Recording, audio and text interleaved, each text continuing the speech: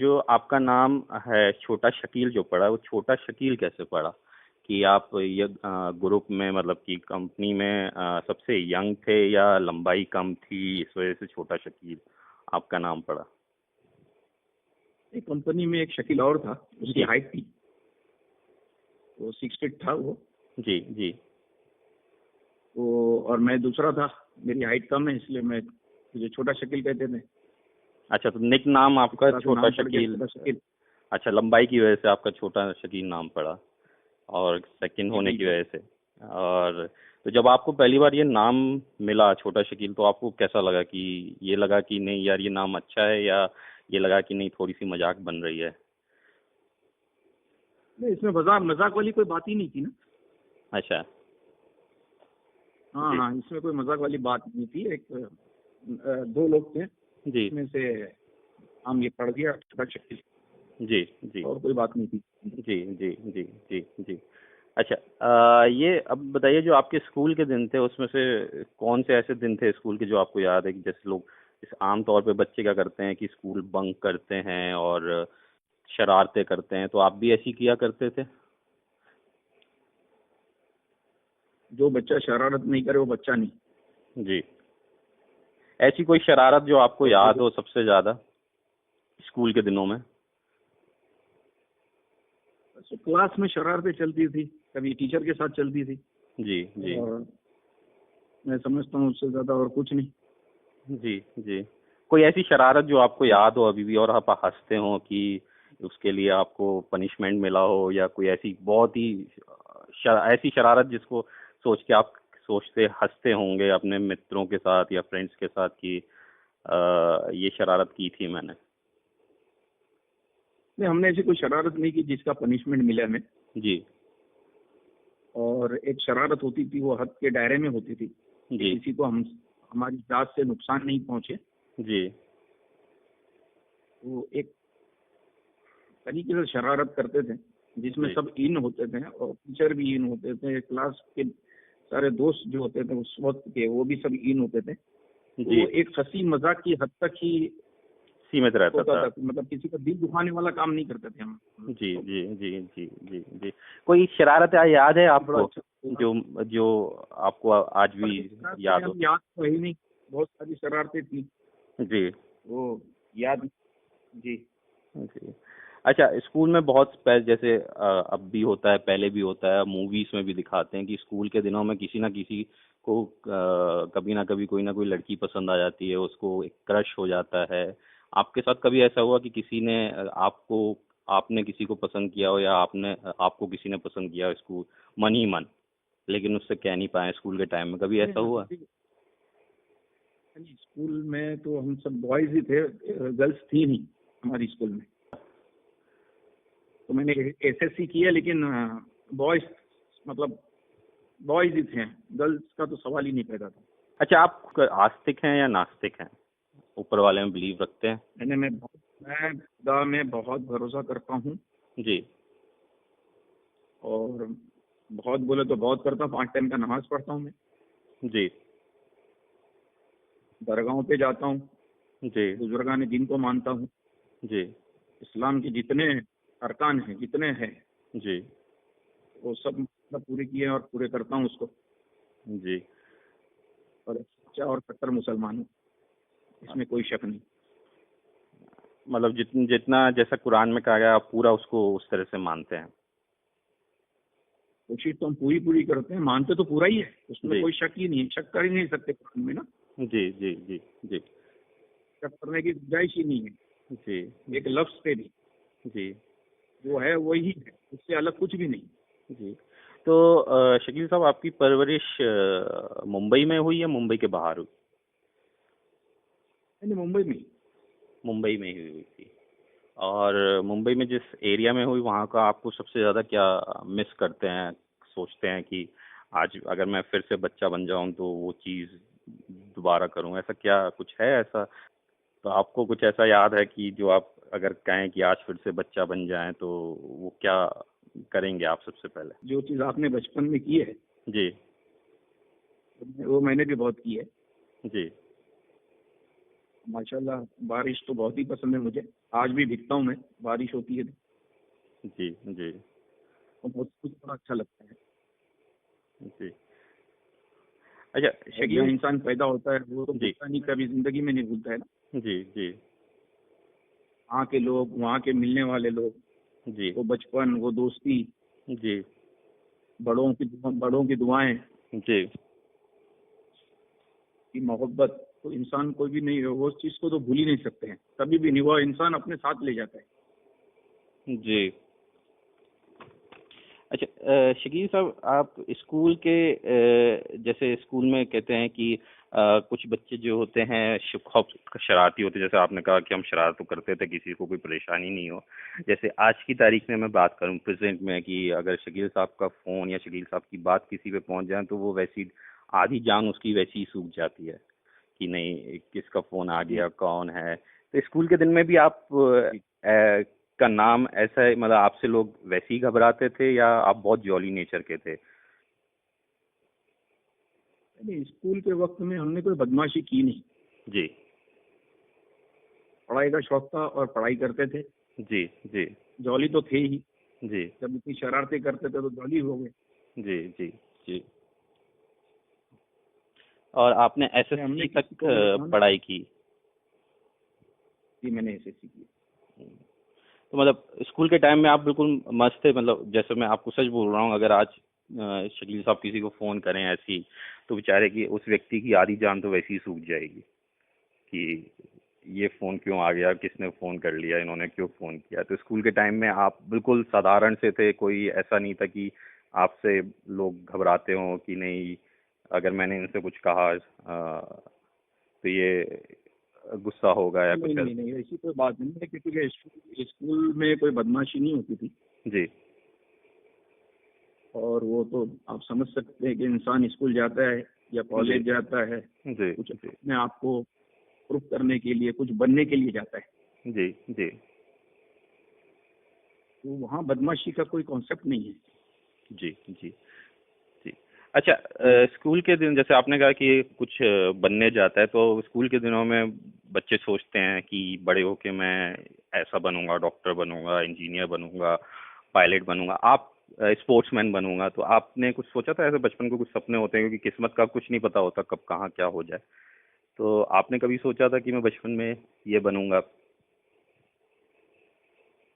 बचपन में एक सोच तो थी कि कोई ऑफिसर बनेंगे। जी तो खैर, आपके सवाल में आपका जवाब है कि किस्मत कहीं और ले जाती है। आपको कोई जी, स्पोर्ट्स खेलना पसंद था? क्रिकेट खेलता हूँ मैं आज भी क्रिकेट आज खेलते भी। हैं? जी बिल्कुल, बहुत अच्छा खेलता हूँ। क्रिकेट आज भी खेलते हैं? तो आपने स्कूल के मतलब स्कूल कॉलेज के दिन होते हैं कि जब अपनी टीम बनाई जाती है, मोहल्ले की टीम बनाई जाती है, तो आपने भी अपनी कोई टीम मोहल्ले की या स्कूल की बनाई थी जो आपस में ही दूसरे मोहल्ले से प्ले करा करती थी और ट्रॉफीज बिल्कुल रखी बिल्कुल जाती? बिल्कुल बिल्कुल, हम खेलते हैं। स्कूल के ज़माने में भी खेला है जी और फिर मोहल्ले में भी खेला है।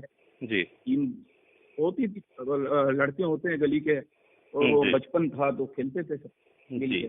जी जी मैच भी लेते थे, जीतते भी थे, हारते भी थे। स्पोर्ट है। स्पोर्ट।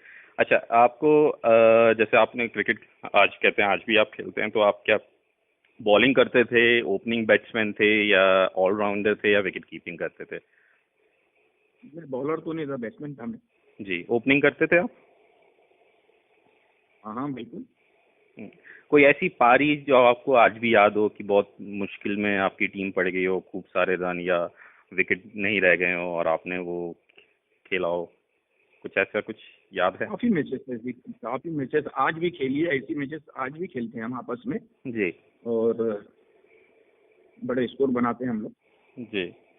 जैसे आपने कहा कि आज भी खेलते हैं, तो जैसे कोई त्योहार हो गया तो आप लोग अपने जो कंपनी के लोग हैं जो आपके यहाँ काम करते हैं, तो आप लोग टीम बना के आज भी खेलते हैं उनके साथ?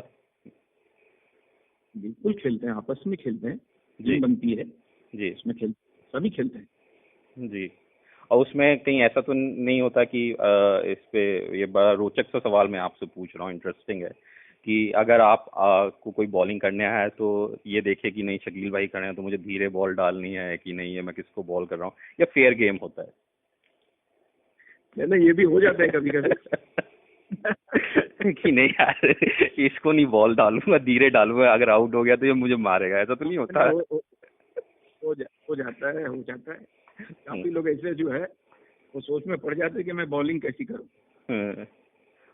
और ऐसा होता है अभी भी कि आप आउट हो जाएं और कहते हैं मैं तो नहीं, एम्पायर का वो नहीं मान रहा डिसीजन, मैं बैट नहीं खेला, दोबारा बॉल डालो, ऐसा होता है आज भी जैसे छोटे बच्चे करते हैं? कभी कभी मामले में कभी कभी हम थोड़ी शरारत कर लेते हैं। जी वो एक माहौल ऐसा बन जाता है कि खुशी का भी माहौल हो जाता है, जी लोग आपस में हंस बोल भी लेते हैं, मस्ती जी भी हो जाती है। जी। और प्राइज मनी तो होता है कुछ उसमें? बच्चे भी बन जाते हैं उस वक्त। जी। और प्राइज मनी है रखते हैं जब ये छोटे आपके जो अपने मैचेस होते हैं, जब भी आप करना नहीं चाहते हैं उसमें कोई प्राइज? नहीं एक नहीं, एक नॉर्मल गेम होता है? प्राइज नहीं, नॉर्मल गेम होता है और जी एक एक्सरसाइज भी हो जाती है माशाल्लाह। जी जी। तो आप मुंबई का इसीलिए सबसे हम सब खेलते हैं। जी, आप मुंबई का सबसे ज्यादा मिस क्या करते हैं आज की तारीख में? ये मैंने कहा ना आपसे कि बचपन वहाँ गुजरा है, जी तो हर चीज मिस होती है और इंसान भूलता नहीं है उसको ना। जी। कुछ ऐसा कि बहुत जो सारी आप चीजें हैं। सबसे ज्यादा मिस करते हो कि नहीं मेरे को एक, मैं इस चीज को सबसे ज्यादा मिस करता हूँ, चाहे वो फूड हो, चाहे वो कुछ दोस्त यार हों, कुछ या रिश्तेदार हों, आसपास के लोग हों, कुछ तो ऐसा होगा जो सबसे ज्यादा आप मिस करते होंगे कभी कभी? मिस करते हैं, गली मोहल्ले को मिस करते हैं, दोस्तों को मिस करते हैं। मैंने कहा ना कि बड़े बूढ़े हैं जी उनको मिस करते हैं, जी उनकी दुआओं को मिस करते हैं। जी। तो खाना पीना तो माशाल्लाह अच्छा ही था, कोई ऐसी बात थी नहीं। जी। आपने कंपनी कब ज्वाइन करी?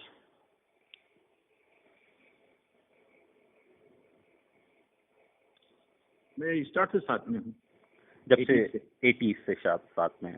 तो आपकी मुलाकात कैसे हुई, मतलब ऐसा कुछ मतलब कहते हैं कि एक मुलाकात हुई, या फिर आपका मन था कि नहीं मुझे जाके कंपनी ज्वाइन करनी है, या एक बाई चांस हुआ कि आपने कंपनी ज्वाइन कर ली?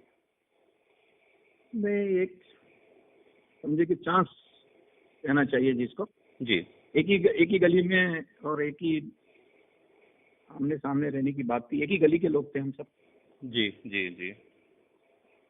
हम्म, और आपको मूवीज पसंद है? बहुत। और कौन सा एक्टर आपको पसंद है, कौन सी एक्ट्रेस शुरू के दिनों में और आपके दिनों में? नहीं नहीं नहीं, कभी उस वे में कभी सोचा नहीं मैंने जी। कि मुझे किसी को पसंद करना चाहिए। नहीं लोग मतलब, मुझे पसंद करते हैं। नहीं पसंद से मेरा मतलब है कि फैन की नहीं, इसका काम बहुत अच्छा है, मुझे इसका काम बहुत अच्छा लगता है, इसकी एक्टिंग बहुत अच्छी लगती है। मैं पसंद उस सेंस में नहीं कर रहा, मैं काम के कि कुछ लोगों को जैसे अमिताभ बच्चन साहब पसंद है, उनकी एक्टिंग बहुत पसंद है, तो आपको भी कभी? बिल्कुल, कुछ लोग है, जी दिलीप कुमार साहब हैं, जी। अमिताभ हैं, हेलो। बड़े अच्छे आर्टिस्ट हैं। आपकी और काफी लोग हैं, ऋषि कपूर है। आपकी आवाज कट रही थी शकील भाई। अभी आ रही है? जी जी आ रही है। मैंने कहा दिलीप कुमार है, अमिताभ बच्चन है, जी ऋषि कपूर है। जी। अच्छे आर्टिस्ट है इंडस्ट्री में। और नए में कोई पसंद है आपको, जो नए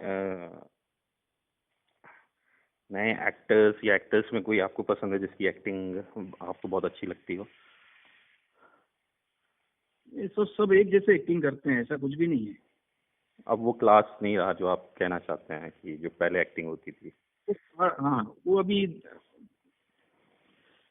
मेरा जहाँ तक ख्याल है अभी वो क्लास है ही नहीं। जी। अच्छा हाँ, ये भी किसी मतलब कहीं किसी न्यूज़पेपर में किसी जर्नलिस्ट ने लिखा था, मुझे याद नहीं आ रहा है। उन्होंने ये कहा था कि आपके बॉलीवुड में अच्छे संबंध हैं, आपके कुछ फ्रेंड्स हैं वहाँ पे, तो क्या ये सच है? और आपने फिल्म्स भी फिनेंस की हैं? संबंध तो बहुत अच्छे हैं, जी। और रही बात फाइनेंस की, तो मैंने काफ़ी फिल्मों में फाइनेंस किया हुआ है, जो मैं नाम नहीं बताऊंगा। काफ़ी फिल्मों में फाइनेंस किया हुआ है, और ये देखें, ये मेरा एक बिजनेस है। जी। और बिजनेस करना तो मैं समझता हूँ कोई गुनाह नहीं है। जी, बिजनेस एक करना। मजबूर आदमी है, हम्म, या लोग आते हैं पैसा लेने के लिए, पैसे के सामने मुझे पैसा देते हैं, तो उसमें तो कोई, मैं समझता हूँ, बुराई नहीं है। जी। तो मतलब आज भी आप पहले फाइनेंस करते थे, आज भी फाइनेंस करना चाहते हैं या करते हैं, या आपने बिल्कुल भी इस बिजनेस को बंद कर दिया है? मैं करता हूँ, अभी भी करता हूँ मैं। अभी भी करते हैं? और भी इंडस्ट्रीज है, बहुत सारी है, उसमें बहुत सारी जगह पे पैसे लगे हैं हमारे। जी जी जी जी। जब आपको पहली बार माफिया कहा गया था, तो आपको कैसा उस समय महसूस हुआ था? मैं समझता हूँ ऐसा कोई खुश होने वाली बात नहीं थी इसके अंदर। जी और स्टार्ट से 80 से साथ में हूँ, और 80 से इस काम में हूँ। जी तो ऐसी कोई बात हुई नहीं कि कोई किसी ने कुछ कहा तो मुझे बड़ी खुशी की बात हो गई, या कुछ मुझे खुश होना चाहिए इसके लिए। जी जी। बहुत से लोगों के लिए जो आप बिजनेस करते हैं, आपके बहुत सारे बिजनेस हो गए हैं, जैसे लोग और जर्नलिस्ट बताते हैं रियल एस्टेट है, या बहुत सारा बिजनेस आपका कहते हैं, आपके लिए ये एक बिजनेस है, लेकिन गवर्नमेंट की नज़र में ये इलीगल बहुत सी चीज़ें कही जाती हैं। तो देखें, अभी आप गवर्नमेंट की बात करते हैं, तो हुकूमत की बात करते हैं, जी तो हुकूमत, जो वाइट लोग हैं, जो बड़े बड़े बिजनेसमैन हैं, जी वो भी गलत करते हैं, जी तो उनकी तरफ भी वो आंख बंद कर लेती है। और हम करते हैं तो सारी नज़र हम पर होती है कि हम कर क्या रहे हैं। तो जब एक माइंड बनता है कि बस नहीं है, बस इनके पीछे लगे रहो कि ये कुछ नहीं करे। हम्म मालिया को देख लें आप, मोदी को देख लें आप, ये लोगों ने कितने बड़े बड़े गबन करके भागा हुआ है हिंदुस्तान से। मोदी से मतलब आपका ललित मोदी? ललित मोदी। जी तो ऐसे बहुत सारे लोग हैं जो गवर्नमेंट को, खुद को गवर्नमेंट को पता है। जी सियासी लोग भी है, मिनिस्टर्स भी है, गबन करते हैं, सब अंदर जाते हैं, बाहर आते हैं, लेकिन कभी ये सुना नहीं है कि किसी ने 1 रुपया जमा कराया है कि भाई उससे रिकवरी हुई है। जी। मतलब हम समझते हैं यार हमारे किसी फंडिंग की जरूरत ही नहीं है, हम तो किसी को नुकसान नहीं पहुंचाते। हम्म अच्छा, हम किसी के पास नहीं जाते, कोई हमारे पास आता है कि हमको इन्वेस्टमेंट चाहिए तो हम देते हैं। हम्म। आपने अभी ललित गवर्नमेंट को चाहिए कि बिजनेस करने में कोई गुनाह नहीं है। जी और हमने किसी का गबन नहीं किया, हमने किसी से चिटिंग नहीं की है। हम पैसा लगाते हैं और पैसा लेते हैं। हम्म।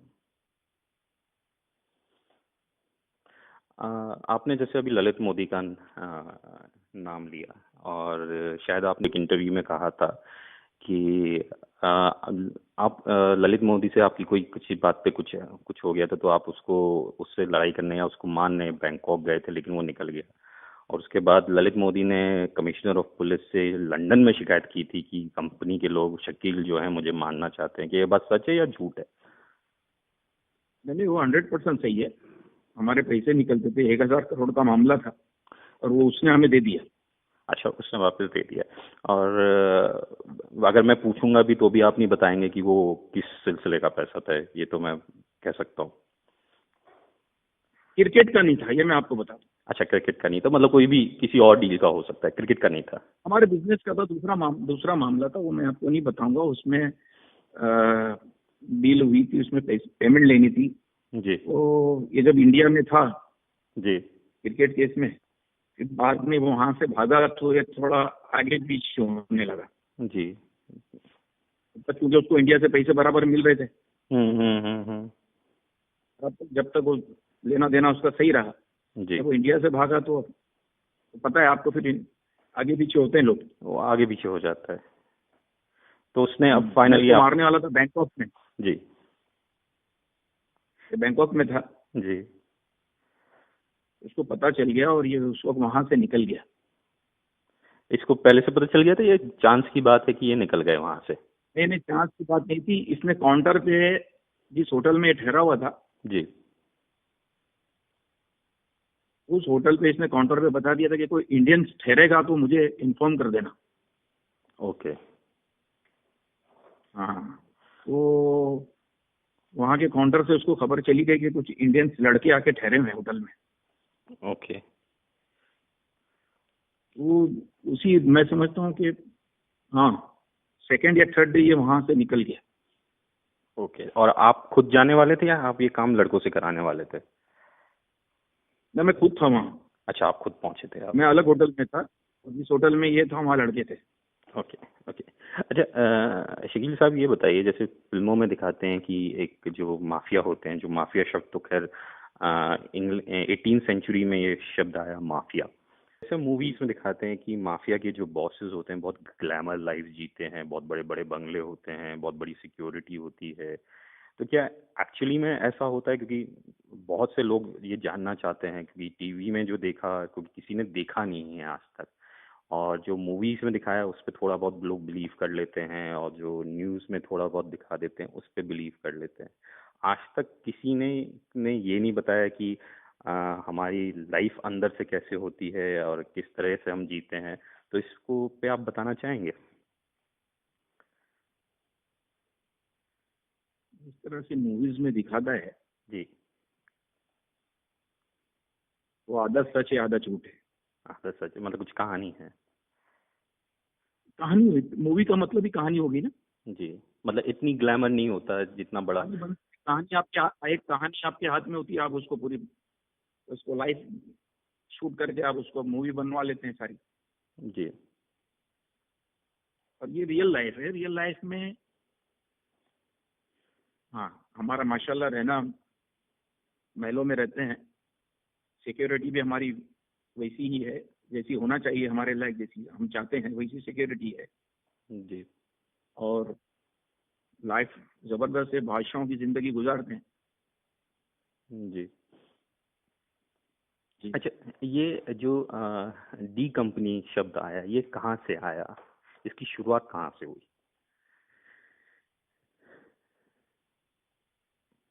ये शुरुआत हो गई लगभग, अब ये समझे कि 85 से शुरू हो गया है डी कंपनी, भाई के नाम से। जी। दाऊद भाई है तो हम्म। डी कंपनी पड़ गया नाम। और जो कंपनी में था वो, जो कंपनी, जैसे आप लोग कहते हैं कि हम लोग कंपनी में काम करते हैं, तो जो आपकी कंपनी है, अब तो शायद हम अगर मैं गलत नहीं है तो बहुत से जर्नलिस्ट ने आपका इंटरव्यू किया है, तो आपने कहा कि आप हम वाइट कॉलर के बिजनेस करते हैं। तो जी। और कुछ किसी एक जर्नलिस्ट से आपने भी कहा था कि अब हमारे पास जितने लोग हैं सब पढ़े लिखे हैं और हम बिल्कुल सही काम कर रहे हैं। जी। तो अब जैसे कि वाइट कॉलर बिजनेस हो गया, तो आप कभी हिंदुस्तान आना चाहते हैं वापस? मैं समझता हूँ जरूरत नहीं है। जी। जब हमने आने का कहा, हमें बुलाया नहीं। जी। और अब 23 साल से पीछे पड़े हुए हैं। रोज कुछ ना कुछ नई नई कहानियां ले लेके आ जाते हैं। हाँ, न्यूज़ में कुछ ना कुछ आता रहता है कि आज ये हुआ, ये हुआ, हाँ, ये। तो किसी दिन ऐसा नहीं जाता है कि न्यूज में नहीं आता है। जी। और मैं 23 साल से गवर्नमेंट को टीवी पे इंटरव्यू, पेपर इंटरव्यू, लोगों को समझाने की कोशिश करता रहता हूँ मैं कि जी। 93 में हमारा कोई हाथ नहीं है। जी। लेकिन जितने सुनने वाले लोग हैं वो सब बहरे हो गए हैं, वो सुनना ही नहीं चाहते हमारी बात। और अभी हमको क्लियर कराने की वैसे भी जरूरत नहीं है। मैं जी। समझता हूँ जरूरी नहीं है। जैसे आपने अभी 93 का बोला कि 93 मतलब आप आना चाहते थे 93 के बाद, कि जब ये हुआ था, और आपने कहा था कि हमारा कोई उसमें हाथ नहीं है। तो उसमें जो, उसमें से एक थे उनके जो मेमन फैमिली थी, उसमें से याकूब हिंदुस्तान वापस आए थे। और मुझे जहाँ तक याद है कि जब याकूब को फांसी दी गई थी हिंदुस्तान में, तो आपको जी। इंटरव्यू किया था शीला ने, जो स्टार वाली हैं। आपने उनसे कहा था जी। कि फेयर इसके साथ, याकूब के साथ फेयर नहीं हुआ क्योंकि वो इन्वॉल्व नहीं थे। तो कहीं ऐसा तो जी, नहीं कि टाइगर ने याकूब को बलि का बकरा बनाया था? अगर बलि का बकरा बनता तो वो हिंदुस्तान नहीं आता। जी। पढ़े लिखे तो पढ़े लिखे लोग हैं और समझदार लोग हैं वो लोग। जी। वो अपनी, जब वो इन थे नहीं इस मामले में, तो वो अपनी पूरी फैमिली को लेकर आया। 1.5 महीने की या 2 महीने की उसकी बच्ची थी, याकूब की। याकूब की। वो भी कम से कम मैं समझता हूँ 6-8 महीना जेल में रही। तो कोई अपनी औलाद को, अपनी माँ को, अपने बाप को, अपनी भाभी को, इसके 2 भाई बीमार है बहुत, एक तो मेंटल है, उसको लाइफ लग गई है, जी। और दूसरा भी बीमार है, और जी। भाभी की भी तबीयत सही नहीं है इसकी, सुनने जी। में आता है हमें। जी। और एक भाई को फांसी दे दी गई है। वो बड़ा सजा की है। और मैं समझता हूँ कि आपका दिल्ली के कमिश्नर ने जो बुक लिखी है, हम्म। वो डायल किया लिखा है ना, जी। जी। उसमें आप पूरा पढ़ लें, आपको पूरा पता चल जाएगा कि मैंने टीवी पे जो कहा वो सच कहा। जी। और मैं समझता हूँ कि उस वक्त जो चल रहा था हिंदुस्तान के अंदर, 5-5, 6-6 एप्लीकेशन फेल कर दी गई। सुबह से रात दूसरे दिन तक, जब तक फांसी नहीं दी गई, जब तक नाटक चलता रहा। जी। आपके सदर ने रिजेक्ट कर दी, गवर्नर ने रिजेक्ट कर दिया, सुप्रीम कोर्ट ने रिजेक्ट कर दिया, और रात में फिर बेंच बैठी, उन्होंने 2-2 मर्तबा रिजेक्ट कर दिया। जी। तो ऐसा कानून, ये तो पूरा माइंड बना हुआ था कि उसको फांसी पे लटकाना है। हम्म। और एक आदमी खुद चलकर आया तो मरने के लिए तो नहीं आ सकता था। आदमी सोचता है कि मुझे जस्टिस मिले, लेकिन उसको मिला नहीं। अब ज्यादा दूर क्यों जाते हो, छोटा राजन की आप बात देख ले। जी। आज एजेंसीज जो है राजन को इंसाफ दिला रही है, ना कि उन लोगों को जिनको राजन ने मारा है। इतने तमाशे करने हैं, उससे बेहतर है राजन को 3 डुबकी गंगा में लगा दें, वो सारे पाप धुल जाएंगे। कोर्ट चलाने की जरूरत क्या है, इसके ऊपर केस चलाने की जरूरत क्या है। हम्म। अच्छा, राजन आपको से। इंसाफ करना है तो आप इंसाफ करें। अच्छा, मुझे राजन से एक ये बात है, आपने राजन का नाम लिया तो राजन ने अभी तक ये कहा कि मैं एक हिंदू डॉन हूँ, जो मीडिया ने उसको पब्लिसाइज किया, जितने भी इंटरव्यूज हुए या पेपर हुए या उसके जितने भी इंटरव्यूज हुए जर्नलिस्ट से, उसने हमेशा ये कहा कि मैं हिंदू डॉन हूँ, मैं हिंदुओं के रक्षा के लिए लड़ता हूँ, और जो हिंदुस्तान के खिलाफ कुछ कहेगा मैं उसके खिलाफ खड़ा होऊंगा। और दूसरी तरफ वो अभी लेटेस्टली कुछ दिन पहले उसने कोर्ट में एक बयान दिया कि मुझे पासपोर्ट जो है इंडियन एजेंसी ने उपलब्ध कराया। दूसरी तरफ संतोष शेट्टी जो हैं, जो उसके साथ हुआ करते थे पहले, उन्होंने एक इंटरव्यू में विवेक अग्रवाल को ये कहा कि राजन की क्लास नहीं है, मतलब उसके पास इतना बढ़िया वो, मतलब उसकी वो क्लास नहीं है कि वो जाके छोटा शकील या दाऊद के ऊपर हमला कर सके, ना उसके पास ऐसे लोग हैं, उनकी क्लास नहीं है। मतलब कि वो संतोष शेट्टी भी ये कहना चाहता था कि वो इतना बड़ा डॉन नहीं है जितना बड़ा वो दिखाता है। तो क्या बात ये सच है? देखिए, संतोष शेट्टी ने जो कहा वो सच कहा। हम्म।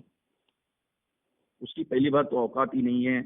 उसने सिर्फ खाली कहानियां बनाई कि मैंने हमला किया, जी। इन पर अटैक किया, लेकिन उसकी कभी कोई कहानी हुई नहीं। जी। और रही बात, ये हिंदू डॉन है, हम मुसलमान डॉन है, यार ये गैंग वॉर है, इसमें हिंदू मुसलमान वाली बात कहाँ से आती है। पहली बात तो आप ये समझे। जी। मीडिया वालों ने उसको बना बना दिया ये हिंदू डॉन है, हमको मुसलमान डॉन है। या मेरे पास कई लड़के आज भी हिंदू लड़के काम करते हैं। अभी देखें, दिल्ली के अंदर मेरे 3 लड़के पकड़े गए वो स्वामी को मारने के चक्कर में। गाजियाबाद वाले। उसमें उसमें एक हिंदू है, एक मुसलमान है, और एक क्रिश्चियन है। तो ये हिंदू और मुसलमान वाली कहाँ से बात आ गई। ये कार्ड खेलता है। और हिंदुस्तान के अंदर 125 करोड़ की आबादी है, सबके सब बेवकूफ है, ना समझ है, हम्म। तो इसकी बात को नहीं समझते। या पुलिस नहीं है, या अकेला एक राजन है जिसको पड़ी है पूरे हिंदुस्तान को संभालने की। फौज नहीं है। ये तो उनको समझ आनी चाहिए एजेंसीज को। जबरदस्ती उसको दिल्ली में ले जाके रख दिया है, जिधर केस है वहां भेजना चाहिए। नहीं, उसको तो इसलिए दिल्ली इसका रखा है मतलब क्योंकि एजेंसी जो है, सुने मेरी बात सुने, जी इसका मतलब है एजेंसी क्राइम कराती थी इससे। तो मैं समझता हूँ कि ये पूरा, अब पासपोर्ट ये कह रहा है पासपोर्ट इन्होंने दिया है, हम्म तो ये क्या लोग अंधे हैं, कान से बहरे हो गए हैं, समझते नहीं है? और जिन लोगों को मारा है उनको इंसाफ नहीं दिलाएंगे? ये कौन सा कानून है? क्या सबके लिए हिंदुस्तान में कानून अलग अलग बना हुआ है? छोटे छोटे राजन के लिए अलग, डी कंपनी के लिए अलग, या नॉर्मल लोग हैं उनके लिए अलग? मैं समझता हूँ ऐसी बात तो होनी नहीं चाहिए। आपने बॉम्बे पुलिस के मुंह पे जूता मारा है उसकी एक बात पर कि वो बॉम्बे पुलिस हमसे मिली हुई है। पहले वो तो प्रूव करो ना कि बॉम्बे पुलिस हमसे मिली हुई है कि नहीं है। खैर वो कोई मसला नहीं हमारे लिए, जिस दिन हमें मिलेगा हम मार देंगे उसको। मतलब तो आप चांस लिए बैठा हूँ। मतलब आप जब से वो 90 से आई थिंक 93 के बाद से वो दुबई से गया है, और बहुत सी खबरें आई कि वो कई करोड़ का सोना लेके आपका गया था, डी कंपनी का कई लाख दिरहम लेके वो भागा था। तो क्या ऐसा हुआ क्या था कि जो उसको इतना सारा कुछ लेके भागना पड़ा? ना ना ना ना ना, गलत बात है। ये वहां से निकला जी और ये 94 एंड में निकला। 93 के इंडियन कॉन्सुलेट ने इसका पासपोर्ट जब्त कर लिया। इसने रिन्यूअल के लिए भेजा था। जी इसका पासपोर्ट आप चेक करा लें, इसका पासपोर्ट वो लोगों ने रोक लिया दुबई में। हम्म और ये वहां से निकला है 94 में। ये कोई बम ब्लास्ट की वजह से नहीं निकला, इसने एक कहानी बना दी। और 93 में बम ब्लास्ट हुआ है और ये 94 में निकला है। 93 दिसंबर, 26 दिसंबर में भाई की बर्थडे थी, उसमें इसने डांस किया, जो एक क्लिप चली थी, याद होगा आपको, डांस कर रहा है। जी वो अगर ये अलग होता 93 की वजह से तो डांस नहीं करता। हम्म ये जब तक था और ऐसी कोई बात थी नहीं, तो ये जब अचानक वहां से निकला। ये वहां मुंडी कट पासपोर्ट कहते हैं ना, वो तस्वीर चेंज कर देते थे ना, उसको मुंडी कट कहते हैं। तो उसमें ये वहां से निकल गया और ये वहां से चला गया एकदम उधर मलेशिया। जी वहां से फिर इसकी कहानी चलती रही। फिर इसने एजेंसी का नाम ले लेके काम करना शुरू कर दिया। कि मैं मैं समझता हूँ कि वो बेगुनाहों को मारा जो बेचारे तो 93 में थे नहीं, और वो अंदर रहते हैं। एजेंसी ने उनके काम करवा दिए, फिर उसका बदला हमने लिया। हमने भी फिर किसी को छोड़ा नहीं। फिर खामोशी आ गई, देखने लग गए कि भाई एक के बदले मैं 10 को मार रहा हूँ, तो चुप हो गए सब। जी तो अच्छा ये बताइए कि ये इनका काम था एक्चुअली, एजेंसी का काम था नहीं कि इस तरह से ये रबर के सांप को चलाते हैं। जी और इनका इतना तो था कि उन लोगों ने 180 आदमी को अंदर किया हुआ था। जी कानून कानून तो देखते ना कि भाई कानून इनको क्या सजा दे रही है। जी इतना तो इंतजार करना चाहिए था उनको। जी जी जी जी अच्छा कोर्ट बनी हुई है। ये बताइए कि इसकी छोटा राजन की हैसियत कैसी थी कंपनी में? मतलब काफी अच्छी पकड़ थी या ये, क्योंकि मैंने बहुत कुछ राजन के बारे में सुना और पढ़ा है कि ये कंपनी में बहुत मतलब जब इसने ज्वाइन किया था तो इसको इसकी कोई वजूद नहीं था उसमें। ये बहुत छोटा सा एक अदरली होता था वहां पे। ये बात सच है? बिल्कुल सच है, ये मैं समझूंगा 100 नहीं 1000% सच है ये। जी इसका वजूद ही नहीं था, बड़ा राजन था। जी इसका तो कहीं पता ही नहीं था कि ये कौन है छोटा राजन।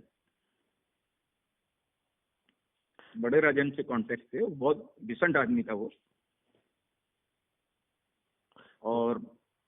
मैं समझता हूँ कि सब में बड़ी बात यह है कि हमारी कंपनी में छोटा हो या बड़ा हो सबकी इज्जत है। जी। हम किसी को भी डिग्रेड नहीं करते हैं। इसकी हरकतों ने जो इसकी अपनी औकात थी, कहना तो नहीं चाहिए लेकिन फिर भी मैं कह देता हूँ कि एक कौम को बुरा लगेगा मेरी इस बात का कि वो भंगी था, तो भंगी जैसी हरकत की उसने, समझे ना। तो ये जाति के हरिजन थे। हाँ हाँ, इसकी हिस्ट्री देख लेना आप यार, हरिजन है ये। और एक भी पुलिस वाला या एक भी ऑफिसर इससे खुश नहीं था, क्योंकि ये हरिजन था। क्योंकि इस तरह का था ही नहीं ना कि लोग इससे बात करें। और फिर खून में इसके वो था गद्दारी करना, इसने गद्दारी की। बहुत अच्छा था, बहुत अच्छा रखा गया था, बंगला था, गाड़ियां थी, अच्छी स्कूल में बच्चे पढ़ते थे इसके, जी। अच्छे से अच्छा पैसा इसको कंपनी से मिलता था। एक इज्जत तो बनी हुई थी, नो डाउट।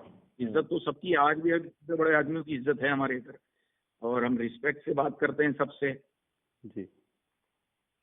हाँ, जब तक कोई हमारे से टेढ़ा नहीं होता या कोई हमारा रास्ता नहीं काटता है, जब तक हम किसी को छेड़ते भी नहीं। अच्छा, कुछ पैसा लेके नहीं भागा था कंपनी का, क्योंकि बहुत से इंटरव्यूज में इसके बारे में कहा गया और लिखा गया। पैसा, मैं आपकी बात काट रहा हूँ, पैसा लेके नहीं भागा। इसने मलेशिया से मुझे फोन किया था जी। कि मुझे भाई से बात करनी है। जब भी ऐसी कोई बात नहीं थी, स्टार्ट का टाइम था, भाग के भी मैं समझता हूँ 3-4 दिन हुए थे। जी।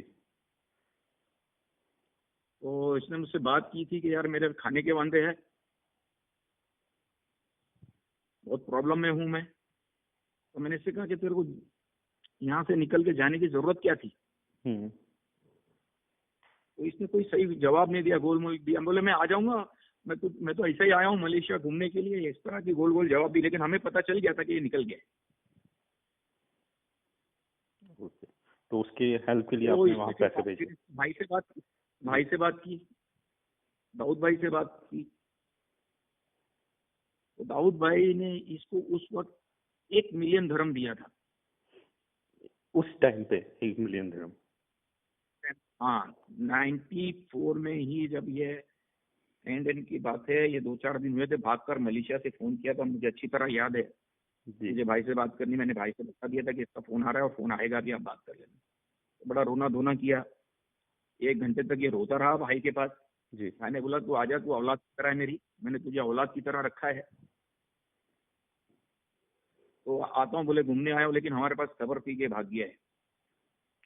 मैंने इसको दे दिया 1 मिलियन। तो पैसों की तो कमी थी नहीं हमारे पास, ना आज है ना कभी होगी इंशाल्लाह। और तो सेकेंड डे मैंने मलेशिया में 1 मिलियन धर्म उसने किसी के पास दुबई में जमा करने के लिए कहा था, तो वहाँ जमा करा दिया था। वहां से इसको मलेशिया में मिल गया पेमेंट। वो तो हवाले चलते हैं ना दुनिया में। हाँ, वो तो हवाला तो है वो तो। अच्छा, दूसरा जब वो पैसे वहाँ ये मलेशिया से जब बैंकॉक पहुंचा था, और मुझे जहाँ तक याद है 2000 में, तो आपको टिप दी थी रवि वर्मा ने। मैं सही कह रहा हूँ या गलत? बिल्कुल बिल्कुल। और गुरु साटम जी। नहीं, रवि शर्मा नहीं, आप गलत कह रहे हैं। ये हमको दी थी रवि पुजारी ने और गुरु साटम ने। अच्छा, रवि पुजारी ने दी थी। हाँ, रवि पुजारी ने दी थी और गुरु साटम ने हमको दी थी। उसके इन्होंने पैसे लिए हमसे। अच्छा। हाँ, और वो काम आपके सामने ही ये सारी चीजें। हाँ, वो तो भाग गया जम मार के, गोली लगी। उसके बाद वो सारी कहानी संतोष से भी सुना होगा, सारी पेपरों में भी आई, इलेक्ट्रो मीडिया में भी चलती रही सब। ये कहते हैं कि और मीडिया वाले कहते हैं कि संतोष ने बहुत हेल्प की थी उसकी। हाँ, संतोष ने उसकी काफी हेल्प की थी। वो कंपनी में मैं समझता हूँ पढ़ा लिखा संतोष ही था इनके पास। पासपोर्ट बनाना, निकालना, इधर से उधर जो भी करना है। तो संतोष शेट्टी ऐसे, इनका ऐसा क्या हो गया कि संतोष ने भी इनका साथ छोड़ दिया?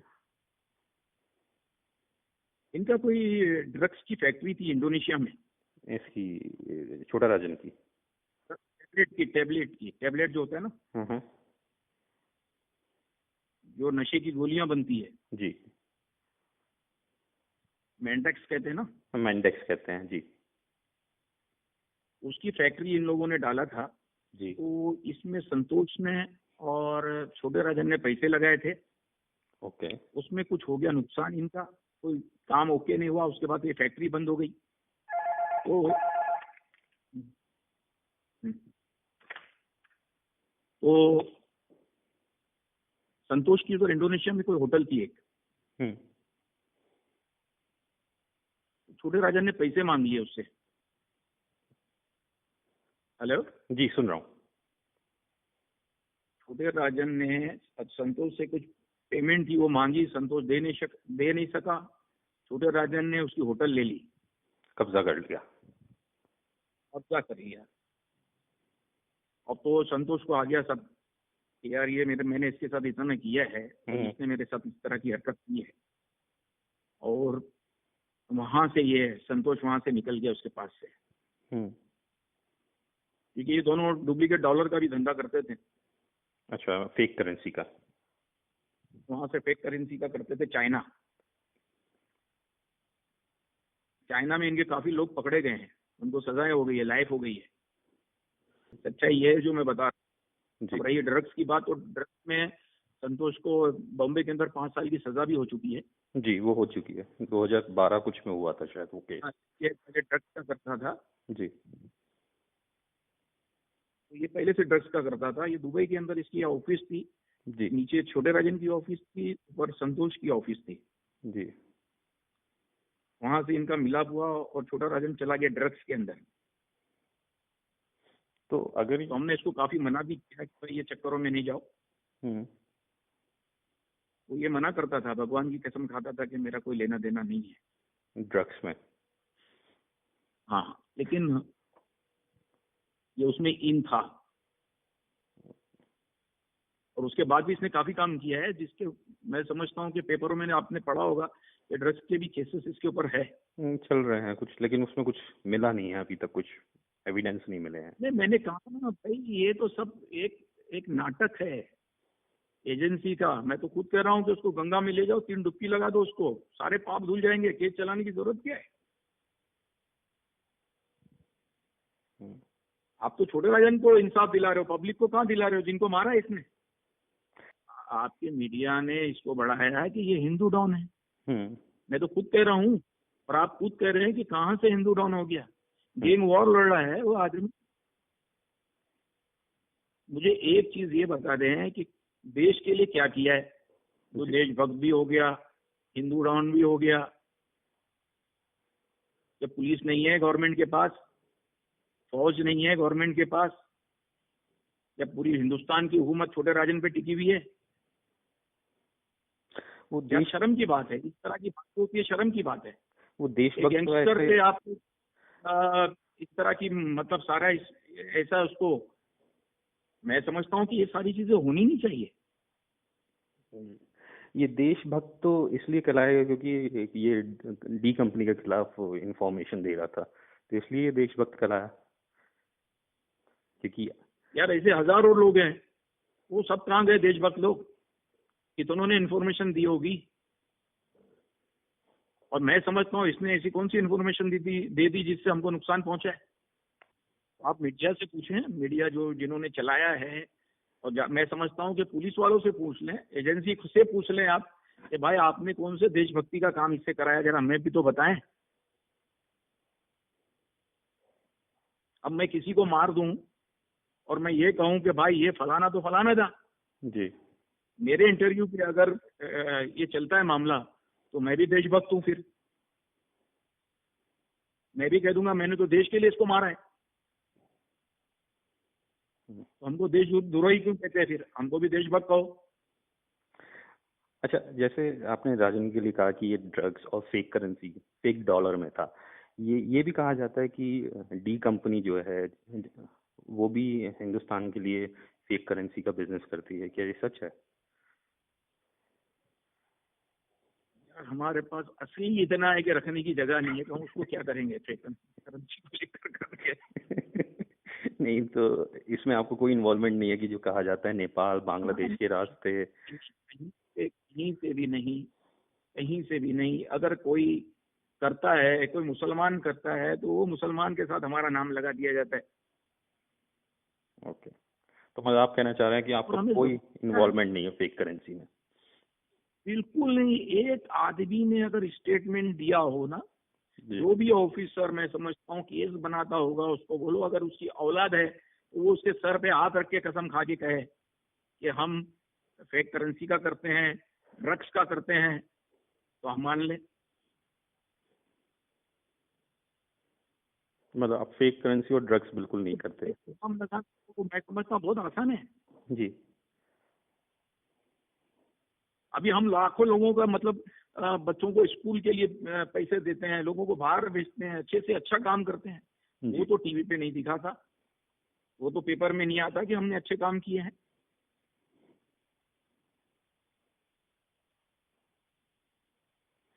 एक्सटॉर्शन में हमने कभी नहीं मारा किसी को। लड़के करते हैं तो करते, तो एक सिस्टम चल रहा था, वो चल रहा था। बाद में फिर हमने मना कर दिया। आज 15 बरस हो गए। एक फोन कॉल देखें आप मेरे किसी भी आदमी का, कंपनी के किसी भी आदमी का, हमने किसी को धमकी दी है? और हम तो छोड़ेंगे नहीं। जो हमारे बीच में आएगा, हमको कोई छेड़ेगा तो हम छेड़ेंगे नहीं, छोड़ेंगे नहीं। हाँ, पिछले 15-20 सालों में कोई आपके मतलब कंपनी से कोई ऐसा नहीं है कि एक्सटेंशन एक्सटॉर्शन कॉल? जरूरत है, देखिए हम हमारे हमारे हर आदमी की हम सारी इच्छाएं पूरी कर लेते हैं। जी। अच्छी चीज हो, घर में बेचारे के कुछ गम की बात हो, शादी की बात हो, घर हो, उनको महीने का मंथली जो है, जो मर गए हैं उनके घर पैसे जाते हैं। हमने किसी को रास्ते पे छोड़ा नहीं है। मतलब आपने एक तरह से कर रखा है, जो कंपनी में इन्वॉल्वमेंट जिसका था और उसका डेथ हो गई है, तो एक तरह से आपने पेंशन सिस्टम कर रखा है, जैसे सरकार पेंशन देती है। सिस्टम कर रखा है। आज फैमिली, उनको किसी भी चीज की जरूरत होती है, हम बिल्कुल खड़े में, जब तक हमारी सांस है हम खड़े में उन लोगों के लिए, क्योंकि उन्होंने हमारे लिए किया है। तो हम उनके लिए अगर करते हैं तो मैं समझता हूँ कोई एहसान वाली बात नहीं है, और हमारा फर्ज बनता है कि हम उनके लिए करें। जी। अच्छा, एक चीज मैं जानना चाहता हूँ कि अभी हम जैसे चर्चा ही आपस में बात करते करते 93 की जैसे बात आई थी, और याकूब पे भी आपने कहा, तो कभी टाइगर से आपकी मुलाकात होती है 93 के बाद? कभी हुई हो? नहीं नहीं नहीं, बिल्कुल नहीं। मैंने पहले भी कई मरतबा कहा है कि हमारा उसके साथ कोई भी रास्ता नहीं है, कोई भी कांटेक्ट नहीं है। उसका पता ही नहीं कि वो कहाँ है। जी।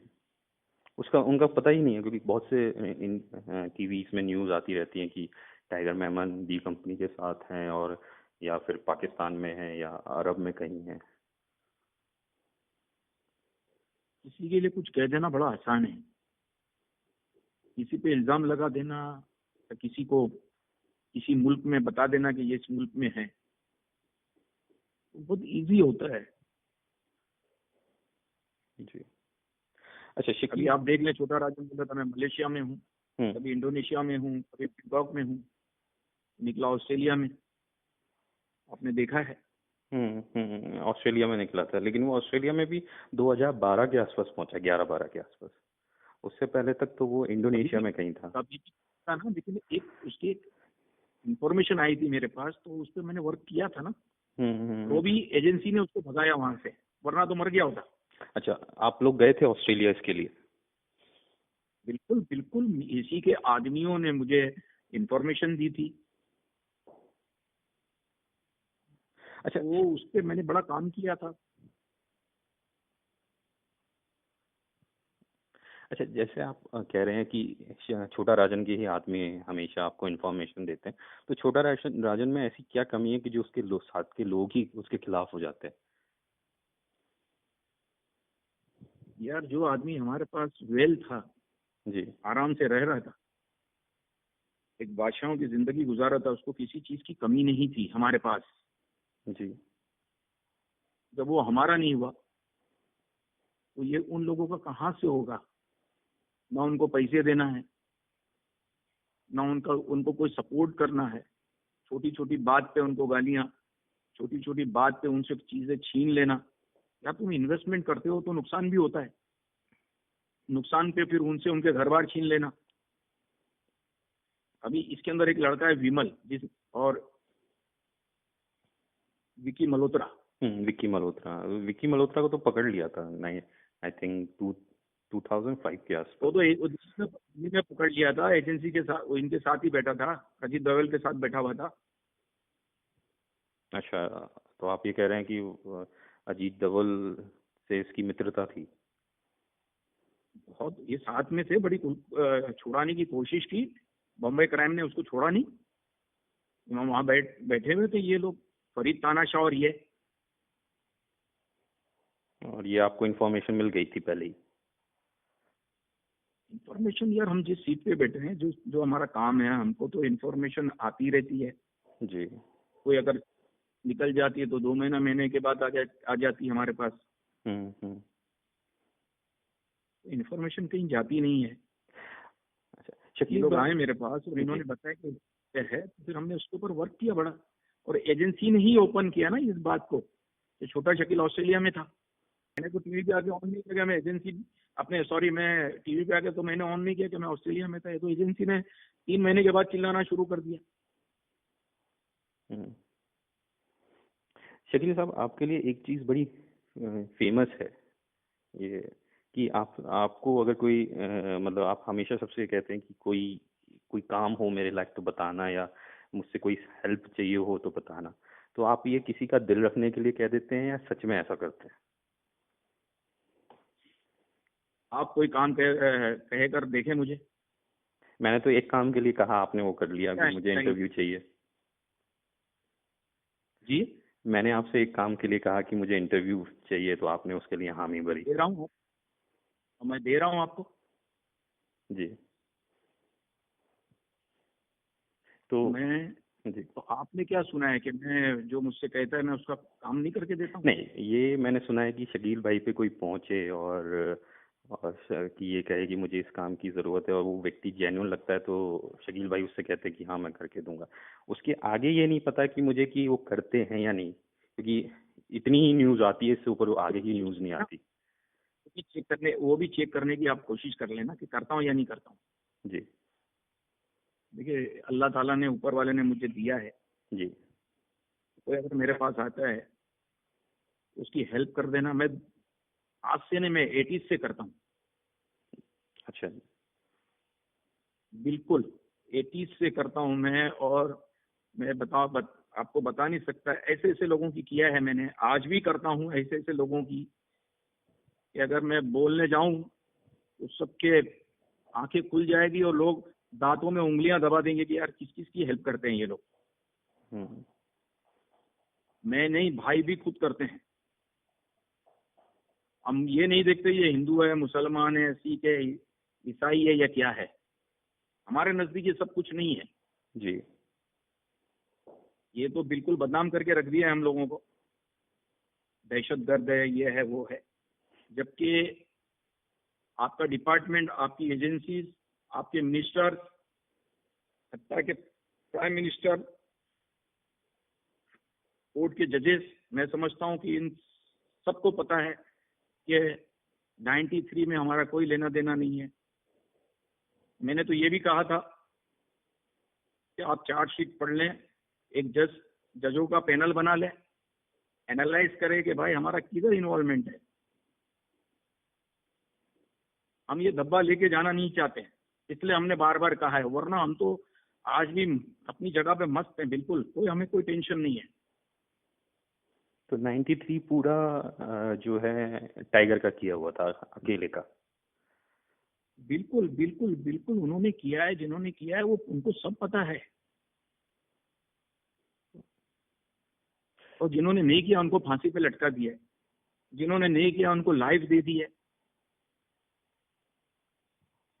कम से कम उनको जमानत दे के छोड़ो तो सही, कम से कम उनको पैरोल तो दिया करें। अब जितने हिंदू है जो बम ब्लास्ट में थे उनकी जमानतें हो गई बीजेपी आने के बाद। या आप चलाएं या ना चलाएं, या लिखे ना लिखे, आप देख लें आप कितनों को छोड़ दिया है। वो ऑफिसर्स को छोड़ दिया है जिन्होंने इनकाउंटर किया है गुजरात में। उन हिंदुओं को जमानत दे दी है, केसों में छोड़ दिया जिन्होंने ब्लास्ट किया हुआ है। तो इंसाफ तो है ही नहीं हिंदुस्तान के अंदर।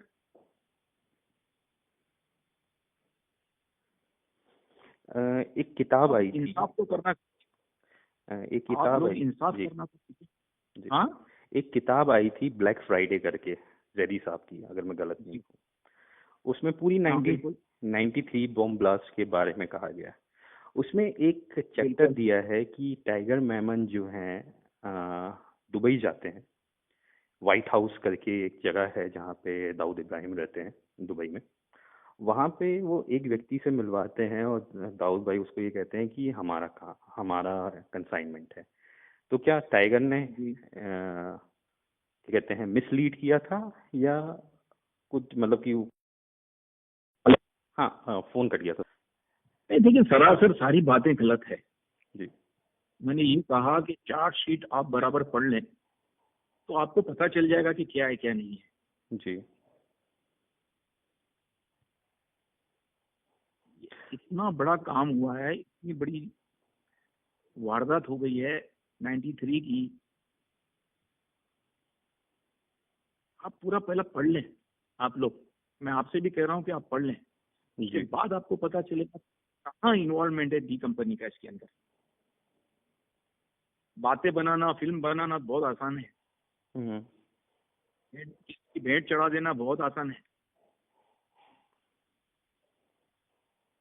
मैं अपने मुंह से नहीं कहूंगा कि हम क्लियर है। आप पढ़ लें, आपने बनाया ना, आप ऑफिसर्स ने बनाया है चार्जशीट, आपके ऑफिसर्स ने बनाया है। आप दिल्ली में जोगिंदर सिंह है, आपको पता होगा, आईबी वाला ऑफिसर है। जी उससे जाके आप इंटरव्यू ले। एक इंटरव्यू में उन्होंने कहा था कि दाऊद इब्राहिम का 93 बम ब्लास्ट में कोई लेना देना नहीं है, हिंदुस्तान उसको लाकर करेगा क्या।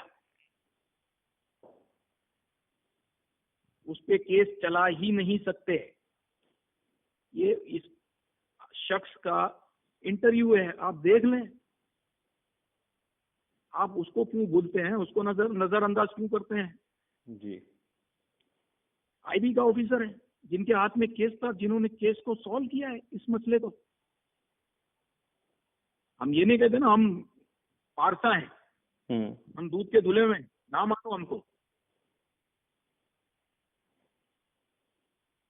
लेकिन आपके पास जो लोग हैं उनसे सुन लें। अच्छा आदमी आने के लिए क्यों रहेगा। आप ये बताएं 93 में ब्लास्ट हुआ, उसके बाद दाऊद भाई ने कहा कि मैं आना चाहता हूँ। राम जेठमलानी राम को जेठमलानी फोन किया था। तो मैं समझता हूँ यार कोई पागल है। इतने बड़े केस में कोई आना चाहेगा जबरदस्ती। हम्म नहीं, तो ये होती है एक दिमाग की उपज होती है कि नहीं, बस इनको केस में इन्वॉल्व करना है और इन्हीं को दिखाना है कि भाई ये बम ब्लास्ट इन्होंने किया हुआ है। तो आपके हिसाब से उसमें कौन इन्वॉल्व था?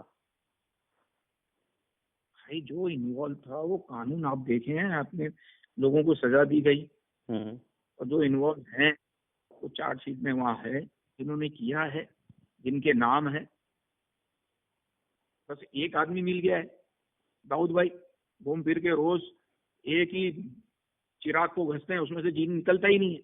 तो वो चिराग घसने की जरूरत क्या है जिसमें से जी नहीं निकलता है। जी। अच्छा चलिए, ये तो तो आप हम थोड़ा सा लीग से हट के चले गए, हम तो पर्सनल पे थे, हम 93 और राजन पे चले गए। अच्छा मुझे ये बताइए कि जब जहाँ पे भी आप रहते हैं, कोई कहता है आप दुबई रहते हैं, कोई कहता है कराची रहते हैं, तो आप बच्चों के साथ, फैमिली के साथ घूमने, फिल्म देखने जाते हैं, या फिर आप बिल्कुल एक तरह से एक अपने घर में ही तक सीमित रहते हैं? नहीं, मैं तो घूमता हूँ, बहुत घूमता हूँ, बाहर जाता रहता हूँ मैं। जी बिल्कुल, ऐसी कोई बात नहीं है, कोई बंदिश नहीं, कहीं कुछ नहीं। हम जहाँ रहते हैं बहुत अच्छी तरीके से रहते हैं। मैं वर्ल्ड घूमता हूँ, हर जगह होता हूँ मैं। बिजनेस है, उसको मैं देखता हूँ। ठीक है। तो आप लोग उनको बिल्कुल वैसे घुमाते हैं जैसे सब लोग एक दूसरे को लेके जाते हैं, जैसे आम पब्लिक जिंदगी जीती है? नॉर्मल नॉर्मल नॉर्मल लाइफ है, एक बहुत अच्छी नॉर्मल लाइफ है। कोई ऐसी टेंशन नहीं की नहीं? माशाल्लाह के बच्चे पढ़े लिखे हैं, पढ़ रहे हैं और अच्छा पढ़ रहे हैं माशाल्लाह। जी। और अब जैसे मतलब कोई आपका बच्चा अच्छा काम करता है तो आप उसके मतलब जैसे यहाँ पे नॉर्मल एक फैमिली में कहा जाता है कि बेटा या बेटी तुम इस बार पास हो जाओगे, इतने नंबरों से पास हो जाओगे, तुमको हम ये चीज़ लेके देंगे, तो आप भी ये कहते हैं इस तरह से? बच्चों को हम लालच नहीं देते हैं।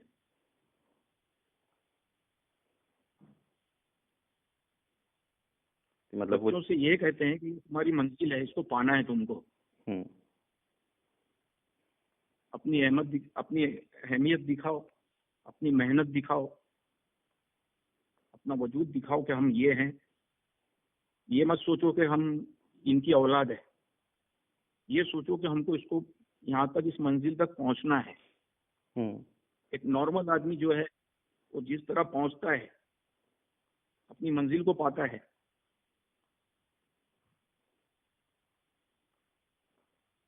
लालच दे के बच्चों को पढ़ाने का मैं नहीं समझता हूँ कि कोई मतलब है।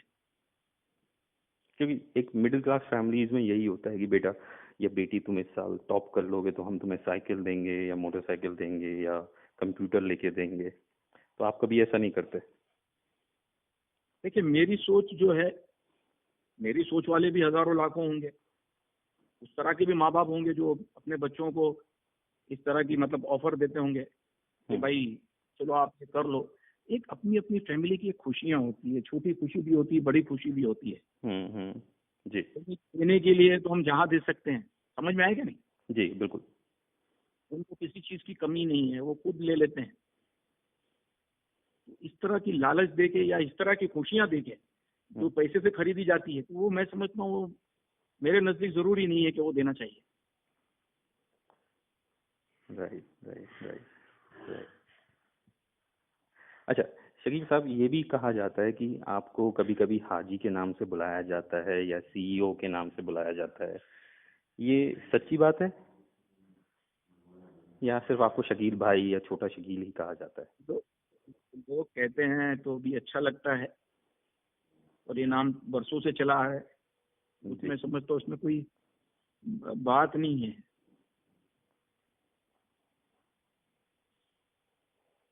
तो आपको सबसे ज्यादा कोई ऐसा क्या लगता है कि आपको कोई इस तरह से बोले तो वो आपको अच्छा लगता है कि हाजी जी नहीं कहें? नहीं, अभी अभी तो हाजी भी कह लेते हैं, तो कोई भाई भी कह लेता है, तो कोई छोटा शकील भी कह लेता है, कोई शकील भी कहता है। हम्म। जो जितना क्लोज, जो जितना दूर, वो उस नाम से पुकारता है, वो अच्छा हम्म। लगता है उस हिसाब से। हम्म। और कभी आपने जैसे हमेशा किताबें लिखी गई हैं या फिल्म्स बनी हैं, तो कभी आपको ऐसा लगा कि मेरे ऊपर भी कोई किताब बननी लिखी जानी चाहिए मेरे एक्सपीरियंस से कि मैं कहाँ गलत हूँ और कहाँ सही हूँ, या उसके ऊपर कभी एक फिल्म या कोई डॉक्यूमेंट्री बननी चाहिए? नहीं नहीं नहीं, ऐसा कुछ नहीं है।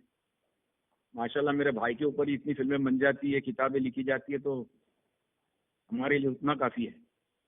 क्योंकि कहा जाता है कि सारा कुछ जो दाऊद इब्राहिम का जितना साम्राज्य है उसको मैनेज करने वाले आप ही हैं कंपनी में। मैं इस चीज को नहीं समझता हूँ। मैं अपना काम करता हूँ, बहुत ईमानदारी से मैं अपना काम करता हूँ। मुझे ये, मेरी ये सोच भी नहीं है कि मेरे बारे में कोई क्या लिखे या फिल्म बना है क्या नहीं है। उल्टा मैं फिल्म फिल्म वालों को मैं फोन करके बताता हूँ कि भाई इस तरह के नाम नहीं डालो, हमारे ओरिजिनल नाम नहीं डालें फिल्मों हम्म। में, हम्म। नाम चेंज करें। हम्म। काफी ऐसी फिल्में आप देखें, सबकी सब में नाम बदले हुए हैं। तो हम्म। वो ये समझे कि मैं फोन कर देता हूँ। हाँ, कोई बच जाता है, कोई फिल्म वाला जो पकड़ मतलब जहन में नहीं होता है, हम हमारे कामों में बाहर होते हैं, हम्म। तो डाल देता है। छोटा मोटा कहीं नाम आ जाता है, एक अलग चीज है। लेकिन एक पूरी फिल्म जो नाम से बनने जाती है, तो हम उसको रोक लेते हैं कि हमारा नाम ना डालें। कभी आप मतलब कोई आपके ऊपर कोई किताब लिखना चाहे तो आप उसको लिखने देंगे या मना करेंगे?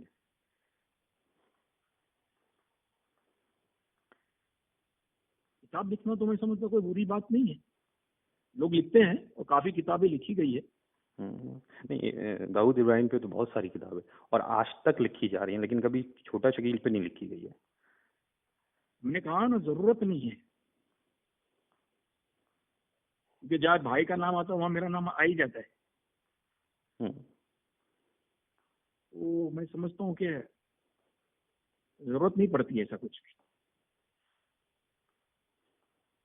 जी एक आईने की तरह हमारी सारी मतलब एक शक्ल है। जी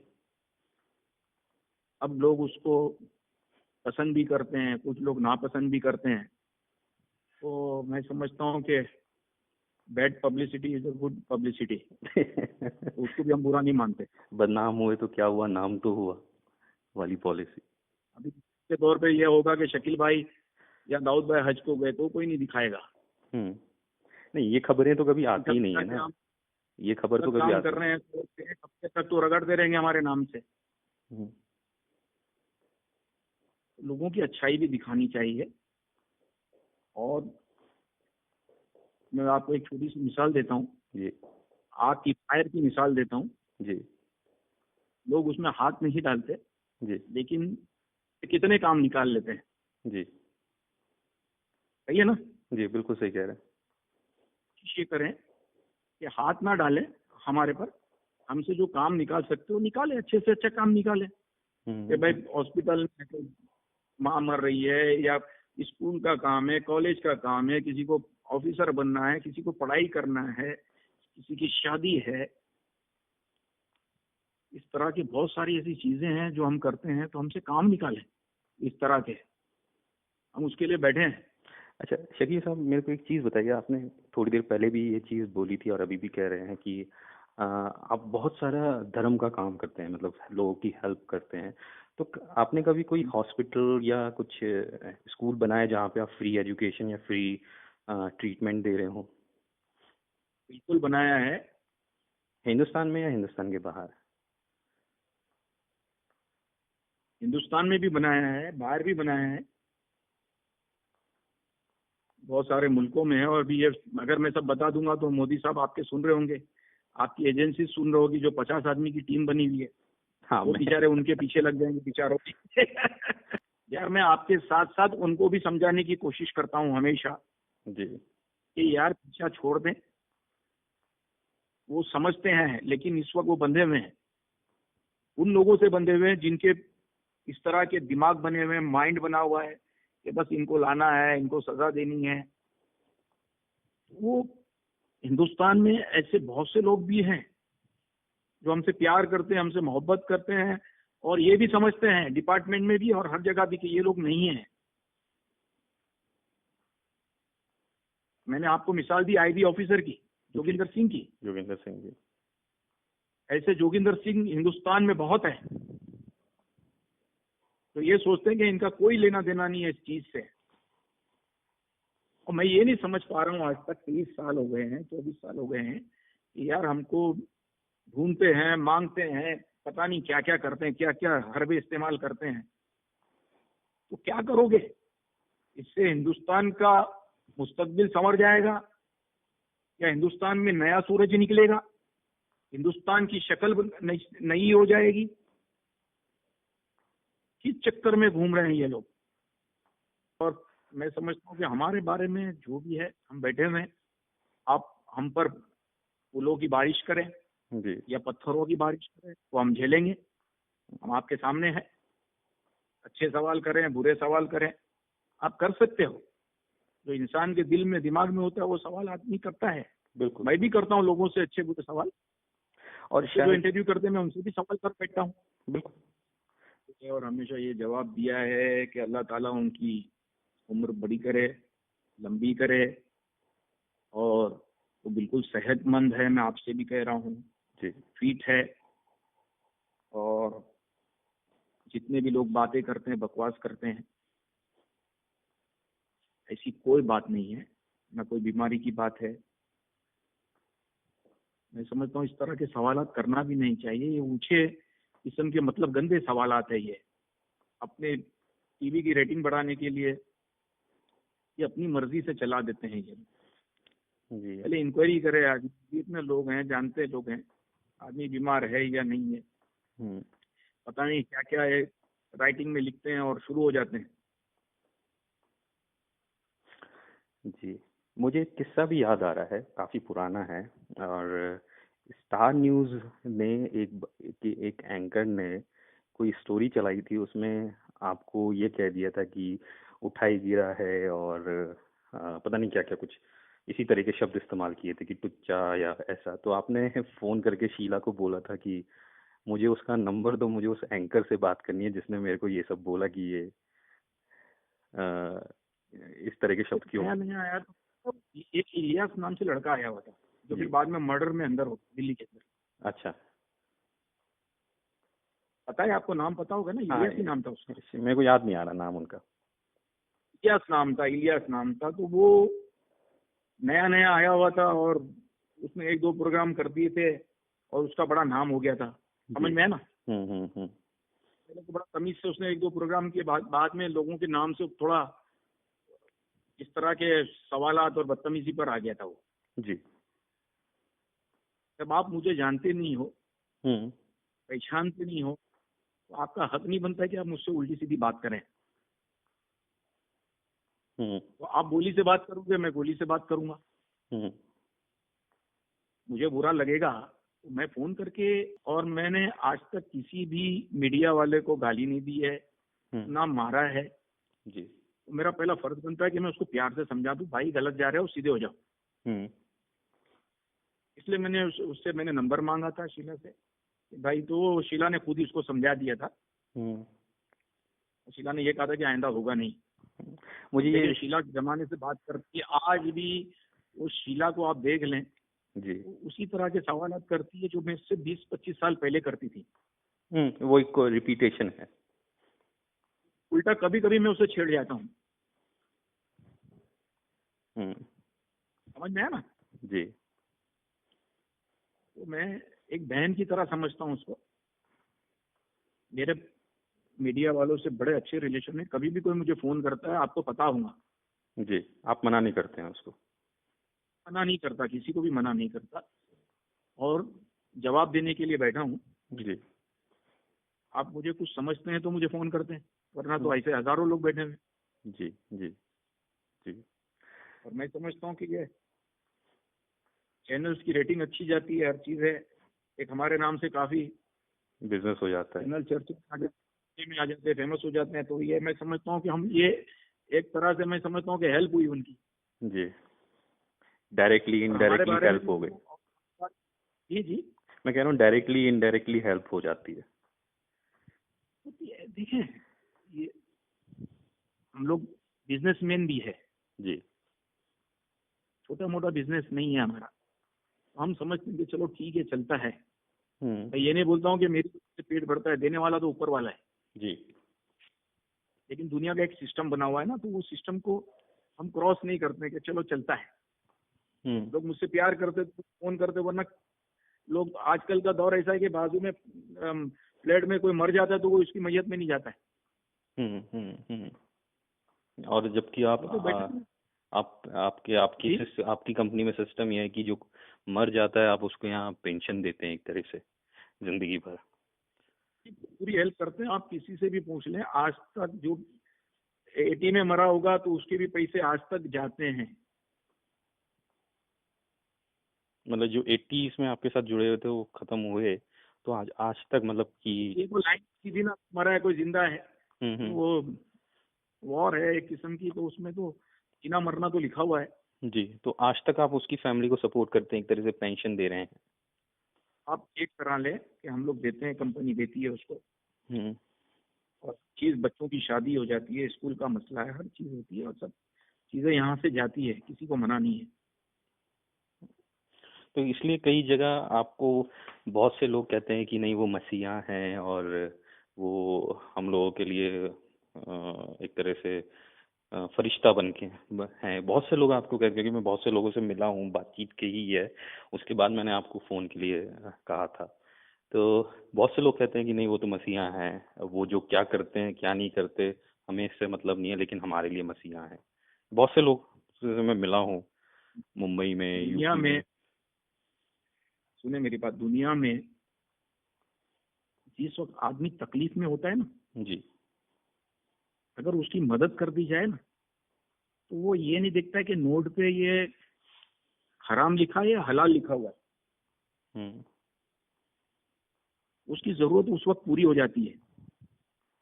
जी। वो उसके लिए क्या होगा, यही होगा ना, मसीहा होगा। हम्म। आप भी हेल्प करोगे या एक दूसरे की लोग हेल्प करते हैं। जी। आज इतने बड़े बड़े बिजनेसमैन हैं, उन्होंने स्कूलें खोली हुई है, कॉलेजेस खोले हुए हैं, हॉस्पिटल खोले हुए हैं। वो जो जब वो ठीक होते हैं या पढ़ते हैं तो वो दिल से जो दुआ निकलती है तो वो तो जाती है ना उनके पास, हम्म। वही काम आती है ना, वही तो हथियार है, दुआ तो हथियार है बहुत बड़ा। तो अगर वो इस तरह के अल्फाज कहते हैं तो ये उनके अपने अल्फाज है। हम नहीं कहते कि भाई हमको मसीहा कहो या हमको कोई महात्मा कहो या कोई चीज कहो। हम हेल्प करके भूल जाते हैं और हम ऐसा करते हैं कि सीधे हाथ से देते हैं, उल्टे हाथ को भी खबर नहीं होती है। ये इस्लाम में है कि सीधे हाथ से दो, उल्टे हाथ को भी खबर ना हो। तो जता के बोल कर देना, ये कोई देना नहीं हुआ। मैं समझता हूँ, मैं तो उनका शुक्रिया अदा करता हूँ कि वो इस तरह से दुआ देते हैं लोग। आज तक जितने इंटरव्यूज हुए हैं उसमें दो ही चीजें पूछी गई हैं कि आप कहाँ हैं, आप क्या करते हैं, और आप मतलब कि 93 बॉम्ब ब्लास्ट, यही 3 क्वेश्चंस पूछे जाते हैं। मैं आपके यहाँ, मेरा जहाँ तक ख्याल है, ये आपका जो सवाल है, जी। ये मैं वापस से इसका जवाब देना चाहूँगा। जी। जो आपने 2-3 सवाल किए हैं, जी। मैं आपको बता दूं कि हम एक तो बिजनेस करते हैं। जी।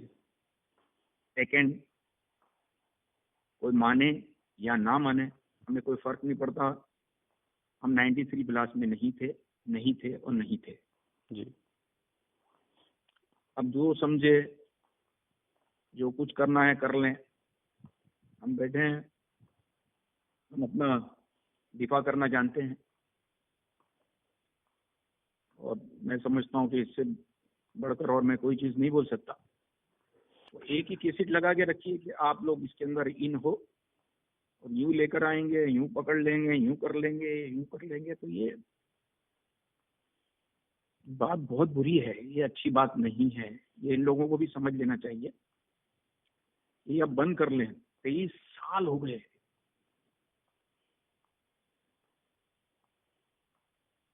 मैं समझता हूँ कि पूरी दुनिया के अंदर ये इस तरह का अजीब केस है जो गवर्नमेंट अभी तक पीछे लगी हुई है। अगर चलो, अगर मिसाल के तौर पे कि तुम जो आरोप लगा रहे हो उसके बाद ये बताओ कि यार हमारा किधर नाम आया हुआ है, कहीं इतने उधर ब्लास्ट हो गए, दहशतगर्दी हो गई, कहीं हमारा नाम सुना है 23 साल में? नहीं, दहशतगर्दी में तो एक तरह से जो लेटेस्ट कहा गया था वो जो मुंबई में ताज पे हमला हुआ था कि उसमें जो है कि डी कंपनी का पूरा क्या कहते हैं नेटवर्क इस्तेमाल किया था वहां तक पहुंचने के लिए। ये न्यूज में ऐसा बोला गया था, लिखा भी गया था। उसके बाद कमिश्नर ने क्या इंटरव्यू दिया था आपको पता नहीं है? जी। आपको वो भी पढ़ना चाहिए। अगर आप एक सिम्त की चीज पढ़ते हो तो दूसरी सिम्त भी पढ़ना चाहिए। नहीं, मैंने पूरा पढ़ा बॉम्बे था, मैं पूरा पढ़ा था, मैं बस। बॉम्बे कमिश्नर ने, जी। हसन गफूर ने ये स्टेटमेंट दिया था जी। कि इसके अंदर डी कंपनी का कोई भी लेना देना, कोई भी इन्वॉल्वमेंट नहीं है। जी। तो जब तक आप ना देखें, ना समझें, आप उस तरह का इल्जाम लगा नहीं सकते हो। वो मुल्क है जब भगवान को भी, सीता को भी आप भगवान मानते हो, उसको भी अग्नि परीक्षा देनी पड़ी। जी। तो मैं समझता हूँ फिर हम पे अगर इल्जाम लगाते और हम उसको क्लियर करने जाते तो नहीं मानोगे आप। सीता को अग्नि परीक्षा देनी पड़ी। जी।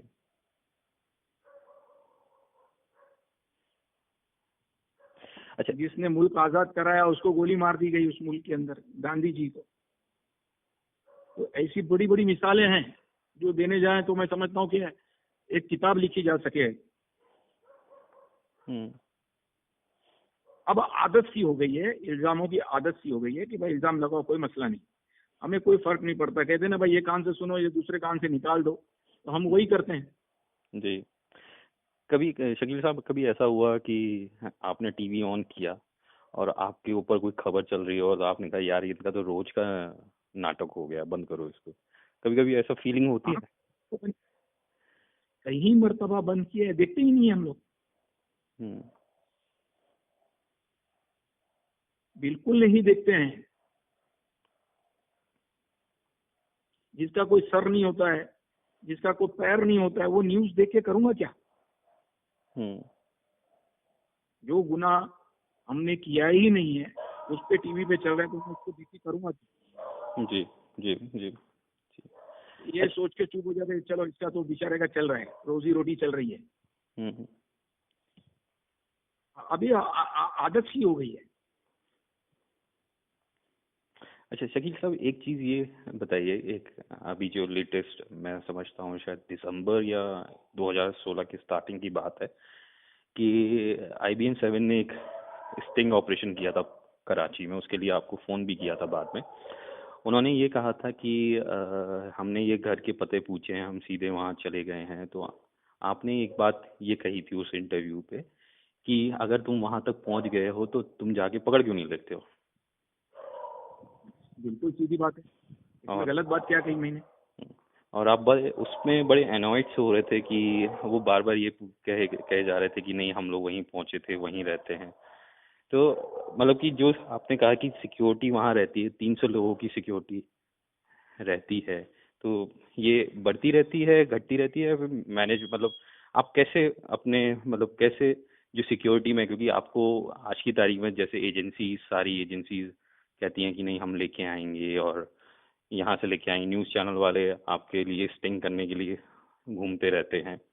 तो मैं ये पूछना चाहता हूँ जो भर्तियाँ होती हैं, जो एक तरह से वो उनका बैकग्राउंड चेक होके भर्ती होती है या एक ऐसी विश्वास पे भर्ती हो जाती है। इसका जवाब मैं आपको दूंगा नहीं। ठीक है, कोई बात नहीं, इसका जवाब आप बिल्कुल मत दीजिए, वो आपकी मर्जी है। जवाब मैं दूंगा, ये मेरा पर्सनल मामला है, कोई बात नहीं। तो आपको मैं इसका जवाब नहीं देता हूँ। जी। और रही बात ये उन लोगों ने अपने आदमी बिठाकर, जिनसे इन्होंने काम करवाया था, न्यूज़ वालों ने। न्यूज वालों ने अपने आदमी बिठाकर एक उन्होंने फिल्म बनाई थी जिस तरह बनती है। वो मोटरसाइकिल पे जैसे गए थे, वो कह रहे थे कि मैं मोटरसाइकिल पे गया था। बिल्कुल, हमने देखा है हमने वो रास्ते पे लोग बैठे हैं कि हाँ ये इनका घर है, इतना इजी लोग बता रहे हैं। पहली बात तो ना हमारा घर है, हम्म, पता नहीं क्या लोग उठा उठा के ले आते हैं। वो किसका घर है आप जाके पहले इंक्वायरी करें। वहां से वो फोन करते कि ये तो दाऊद भाई के घर का नंबर है। ये हमने गेट पे जाके तस्वीरें ये कर ली, तो मैंने कहा कि भाई जाके पकड़ लो यार। वो गवर्नमेंट ढूंढ रही है, वो तुम घर तक पहुंच गए हो, वो लोग घर तक आज तक नहीं पहुंचे, तो उनको बोलोगे ये कर रहे थे। सही है ना, सिंपल सी बात है। जी। हाँ, ये बात अपनी आपने मर्जी बोली से थी। ये तो मैं अपनी नींद में था, मैं सो रहा था, मुझे फोन आया। हम्म। मैंने नींद में कहा उनसे कि भाई जाके पकड़ लो यार, जी। वरना तो मैं तो घबरा के उड़ जाता, अरे बाप रे ये तो क्या हो गया है। अच्छा, जब ये तो मैंने ये कहा कि यार मैंने ये कहा कि मैं शाम में बात करूंगा यार, अभी मैं नींद में सो रहा हूँ मैं। हम्म। अच्छा शकील भाई, बिल्कुल। जब आपने वो फुटेज देखा कि ये घर है, तो आपको क्या हुआ था, मतलब कि आप हंसे थे वो देख के कि क्योंकि आपने कहा कि ये हमारा वो घर ही नहीं है, तो आपको ये लगा था कि आपको वो देख के कि एक हंसी छूटी थी कि क्या मजाक कर रहे हैं, या आपको गुस्सा आया था कि नहीं हमेशा पीछे पड़े रहते हैं, बेकार की खबरें चलाते हैं मुझे। ये एक तो दो चीज हुई थी। हंसी भी आ रही थी कि ये किस तरह की फिल्में बनाते हैं ये लोग। जी। सेकंड, गुस्सा इस बात का था कि ये जो कर रहे हैं ये गलत कर रहे हैं। हम्म। बात आई समझ में? जी। हाँ, गलत इसलिए कि यार ये क्या तमाशा बना रखा है सब। ये मीडिया वालों को भी चाहिए कि सोच समझ के कोई भी चीज करें, हरकतें करें, जो भी करना है। हम्म। सर इस बात का था। जी। जैसे शकील साहब मैंने उससे भी आपको। कहा था, जी। क्या नाम है, IBN वाले से भी मैंने कहा था, मतलब ये हरकतें अच्छी नहीं है यार, लेती नहीं है, हमको स्टेप लेते नहीं है, ऐसा कोई काम नहीं करो यार जिससे ये हो कि बस हमें भी बहुत गुस्सा आ जाए और फिर हमको स्टेप लेना। ये घर पे फोन करना, भाभी बोल रही है, ये फैमिली के सवाल पे मैंने अभी आपको रोक दिया था, बराबर है। मतलब जो चीज गलत है चलो वो तो गलत ही है, लेकिन तुम ये क्या दिखाना चाह रहे हो कि आप फैमिली में फोन कर रहे हो। हम्म, ये तो हम तो, हमारे साथ कोई हमारे बाल को धक्का लगाता तो हम उसको छोड़ते नहीं है। जी। ये फैमिली की बात कहाँ से आ गई, फैमिली कहाँ से इन है हमारी। हम्म। कभी सुना उनकी आवाज सुनी है, कभी कोई बात सुनी है, कभी कुछ उनका कोई छोटे राजन की वाइफ की तरह कोई ऐसा कभी सुनने में आया है कि किसी से पैसे एक्सटॉर्शन लिया है, क्या लिया है। नहीं। बहुत से की वाइफ का है, बहुत लोगों की है, जितने हैं वो करते हैं यार। हम हमारी फैमिली को जरूरत ही नहीं है, हम मतलब पहले आपने तो शुरू वेल है से आपने शुरू से अपनी फैमिली को अलग रखा है, और आप दूसरे यार। की फैमिली, हम फैमिली के सामने बात नहीं करते हैं किसी किस्म की। मतलब बिल्कुल साधारण सब जैसे घर में माहौल होता है बिल्कुल कि। नॉर्मल लाइफ है, हम अपनी नॉर्मल लाइफ फैमिली के साथ गुजारते हैं। उनको तो हमारे बारे में कुछ पता ही नहीं होता है कि हम कर क्या रहे हैं, और हम उनको क्या है, इल्म है इस मामले में, क्या हम्म। बातें पता है, कुछ नहीं। उनका सब्जेक्ट ही नहीं है ये सब। ये तो हालात में इस तरफ ले आया, बाकी तो इसी कोई, मैं समझता हूँ कि जी। फैमिली को हमने इन नहीं रखा है कभी भी, हम्म। और आपने और वहाँ कभी, कोई पहुंचने की कोशिश ना करे, इससे फिर वो बड़ी बात खराब होगी ना। बिल्कुल, अच्छा, आपने कभी दूसरी, जैसे गैंग वॉर्स होते हैं और हुए हैं आपके बीच में और औरों के बीच में, सबसे ज्यादा तो कहा जाता है आपका और छोटा राजन के बीच में गैंग वॉर हुए हैं, तो आपने, जहां तक मैंने सुना है और लोगों से मिला हूँ, आपने कभी उनकी फैमिली, जिसमें गैंग वॉर में जो लोग हैं उनकी फैमिलीज को इन्वॉल्व नहीं किया, जबकि दूसरी पार्टी ने फैमिलीज को भी इन्वॉल्व किया। या जिसके खून में जैसी बात। हम्म। हम लोग बड़े पक्के लोग हैं, धर्म से भी और कर्म से भी। छोटे राजन पे बैंकॉक में हमला हुआ घर में, हम्म। पता होगा आपको। हम्म। रोहित वर्मा की बीवी भी थी, बच्चा भी था। जी। हमने उसको साइड किया, उनको एक कमरे में बंद कर दिया, सामने ही थे, समझ में आया कि नहीं। हम्म। रोहित वर्मा को गोलियां मारी, और 65 गोली मारी है उसको, 65। अच्छा। तो चाहते तो उसका बच्चा भी था, उसकी बीवी भी थी, उसकी नौकरानी भी थी वहां। हम्म। तो फर्स्ट फायर की आवाज सुन के तो छोटा राजन भाग निकला ना, तो फिर उसको 3 गोली मारी जब मार रहा था। तो मर्द का बच्चा होता तो मुकाबला करता, डॉन था ना यार। शकील ने अपनी बोट भेजी थी वहां पे बैंकॉक में, राजन के एनकाउंटर, मतलब राजन के इंसिडेंट के लिए। ये बात सच है कि आपने अपनी खुद बोट भेजी थी, एंकर किया था वहां पे बैंकॉक में? तो प्लान करते हैं ना, तो हमारी बहुत सारी चीजें इसमें इन होती हैं। जी। और वो एक वेल प्लान था, लेकिन ये बच गया, इसकी तकदीर थी, जो इसको मक्खन खाने थे। और अगर ये भागता नहीं तो ये मर जाता वहाँ। हम्म। अच्छा, जब आप ऐसा कुछ मतलब कि करने जाते हैं और आप अपने लड़कों को ये बोलते हैं, तो आप उनको ये क्लियर कर देते हैं कि कोई फैमिली का इन्वॉल्व नहीं होगा, सिर्फ हमारा टारगेट ये है, ये क्लियर होता है या? बिल्कुल सख्ती से मना किया जाता है, ये फैमिली पर बिल्कुल हाथ नहीं डालना है, और लड़के उसी पे अमल भी करते हैं। जी। हमको जरूरत ही नहीं है, इन लोगों ने किया है, इन लोगों ने बड़ी हरकतें की है इस तरह से, हम्म। फिर भी हमने इनके ऊपर हाथ नहीं डाला, इनकी फैमिली पे। वरना तो हमको तो चलते फिरते कोई भी मिल जाएगा। हम्म। हम्म। हम्म। नहीं, हमारे खून में नहीं ये सब करना। अब एक चमार है, वो चमार की सोच चमार की होगी ना। हम्म। मैं बता रहा हूँ, मैं किसी मजहब पे या किसी एक तरीके पे मैं उसको कमेंट्स नहीं कर रहा हूँ। हम्म। इसका नाम ही भंगी पड़ गया था पहले से। इनकी हरकतों की वजह से? हाँ, नहीं नहीं, स्टार्ट से इसका मैंने नाम भंगी ही रख दिया था। जब ये भागा ना 94 में, अच्छा। हम इसको भंगी कहते थे। हम्म।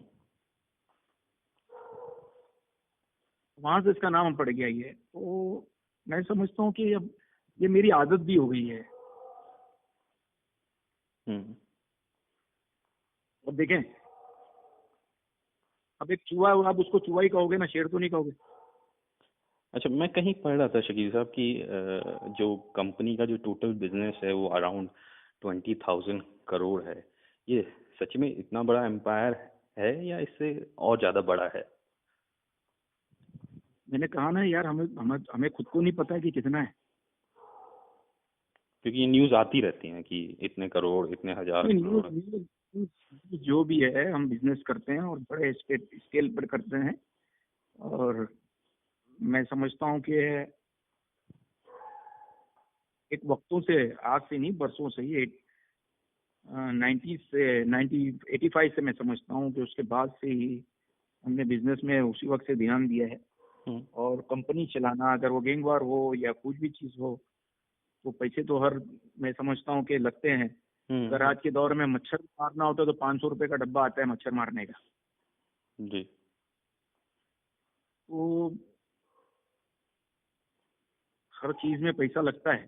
जी। तो हमने गैंगवार के साथ साथ बिजनेस करने में भी ध्यान दिया और इसको आगे बढ़ाया हमने।